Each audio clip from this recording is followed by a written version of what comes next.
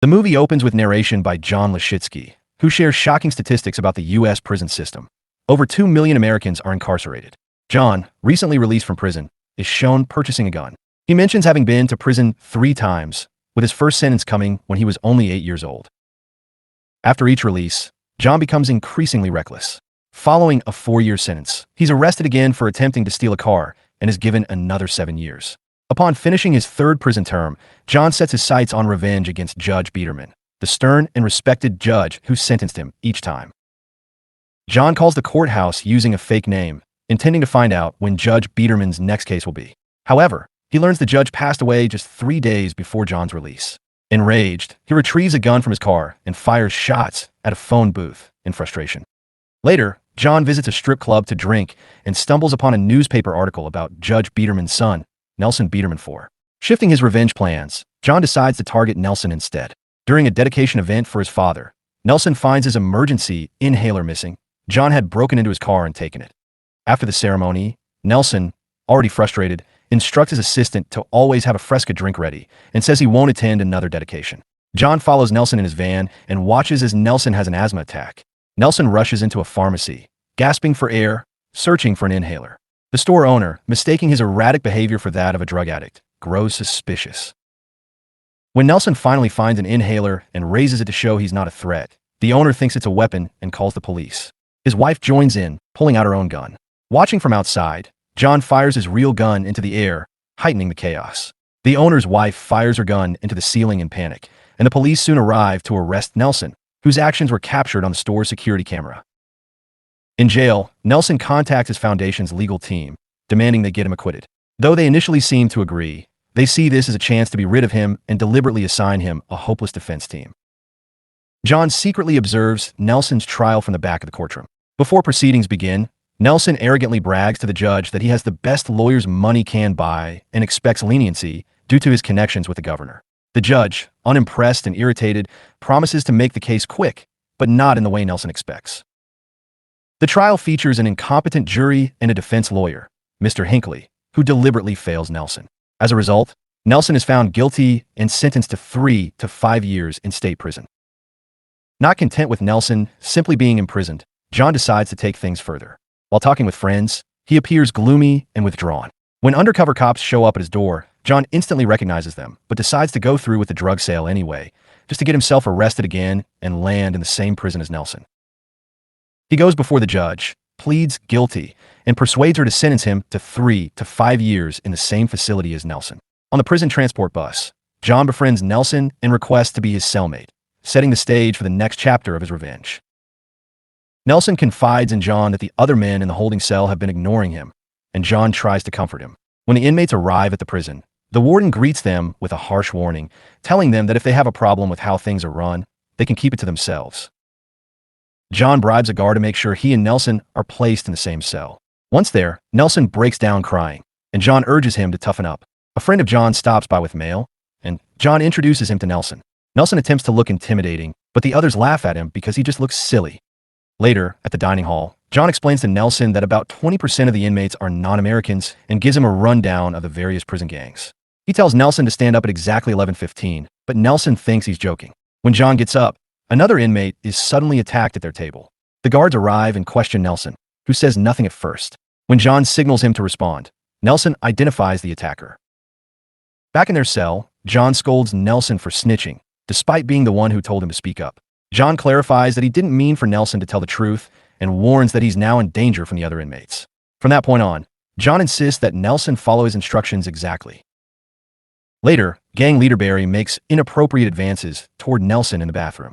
John steps in, warning everyone that Nelson is his. Nelson later meets with his lawyer and pleads to be released. However, the lawyer informs him that he can't access funds from the foundation anymore since Nelson is no longer chairman. Nelson tries to adapt to prison life, but struggles constantly. He gets punched daily by an inmate John bribed, finds weird things in his food, and even receives a pencil fished out of the toilet. Barry attempts to buy Nelson from John, and John agrees, for a small stash of weed and several cartons of cigarettes. A guard later enters their cell and assigns John to trash duty. It turns out John arranged this so Barry could be alone with Nelson. Nelson is taken to Barry, who, despite his tough exterior, is actually sensitive and romantic. Barry offers him a glass of wine made in the toilet and asks if his rear looks big in his pants. Nelson lies and says no, which angers Barry. He threatens him with a knife and warns him not to lie again. Barry then claims Nelson as his property and demands an Eshkimokish. Though Nelson resists, he eventually gives in and finds himself reluctantly in a relationship with Barry, who says he'll take things slow. Meanwhile, Nelson writes letters to a child pen pal describing his grim experiences in prison. He learns that Leonard, a feared gang leader he had snitched on, will soon be released from solitary confinement. Nelson panics, believing Leonard will kill him. John reassures him that Leonard might not kill him right away, but would probably beat him daily until he does. To make matters worse, the inmates are betting on how Nelson will be taken out. Nelson decides to confront Leonard and apologize, but Leonard attacks him with a fork. Leonard is impressed by Nelson's bravery, saying only his father had ever dared to stand up to him, and he killed his father too. John tells Nelson he has 3 options: kill himself, fight Leonard, or wait to be killed by Leonard. He suggests a better plan: get thrown into solitary confinement for protection. John then knocks out a guard while standing behind Nelson, getting Nelson blamed and sent into solitary. In solitary confinement, Nelson begins to lose his grip on reality, suffering from hallucinations. After 2 days, he's released and attempts to end his life. He gathers toxic boat cleaning chemicals in a syringe and writes a farewell letter to his young pen pal, who reads it to his 2nd grade class.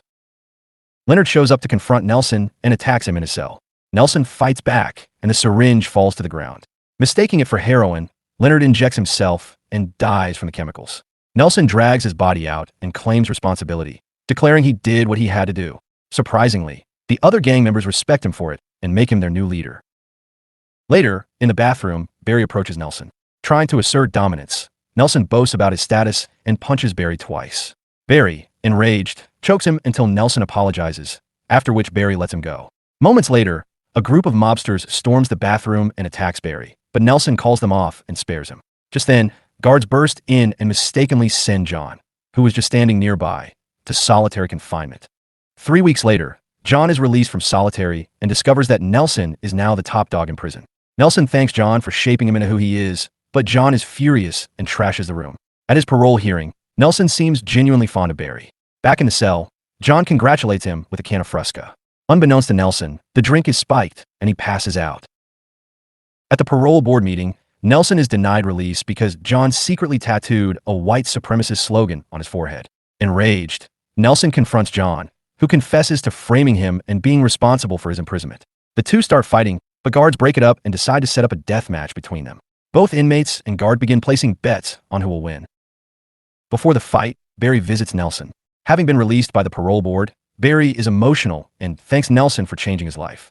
Nelson, however, tells him that the only way he's leaving prison is in a body bag. Nelson comes up with a plan and calls Hinckley, claiming he's adopted a son and handed over control of the foundation to him. Barry kicks Hinckley out of the office.